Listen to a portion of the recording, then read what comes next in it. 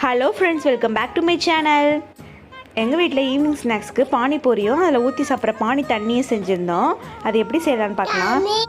ஒரு மிக்ஸி ஜாரில் 4 பூண்டு, ஒரு துண்டு இஞ்சி, ஒரு கொட்டை புளி, அதுக்கப்புறம் கொஞ்சம் கருவேப்பிலை போட்டுக்கோங்க. ஒரு கை அளவுக்கு புதினா, அதே அளவு சம அளவு கொத்தமல்லி சேர்த்துட்டு நமக்கு தேவையான அளவு உப்பு சேர்த்துக்கலாம்.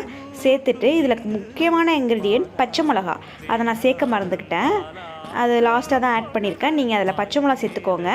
உப்பு சேர்த்து நல்லா அரைச்சிக்கோங்க. அரைச்சி பேஸ்ட் ஆனதுக்கப்புறம் இதில் நீங்கள் தண்ணி ஊற்றி டைல்யூட் பண்ணிக்கலாம். இதுக்கப்புறம் உங்கள் டேஸ்ட்டுக்கு தகுந்த மாதிரி லெமன் புழிஞ்சு ஊற்றிட்டு காரப்பொடி, அதாவது வெறும் மிளகாய்த்தூள், அப்புறம் சாட் மசாலா இருந்தால் போட்டுக்கலாம், இல்லைனா கரம் மசாலா கொஞ்சம் போட்டு நல்லா மிக்ஸ் பண்ணிக்கோங்க. நம்மளோட பானி தண்ணி ரெடி ஆகிடும்.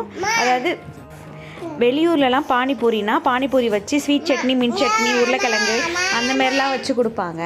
ஆனால் எங்கள் ஊர் கும்பகோணம், மயிலாடுதுறை இங்கெல்லாம் அப்படின்னா பானிபூரி வச்சு மேலே கார்ன்ஃப்ளெக்ஸு, அப்புறம் கொஞ்சம் ஒரு பச்சை பட்டாணி போட்டு குருமா வாட்டம் கொடுப்பாங்க. அதெல்லாம் சாப்பிட்டதுக்கப்புறம் இந்த தண்ணி ஊற்றி சாப்பிடுவாங்க.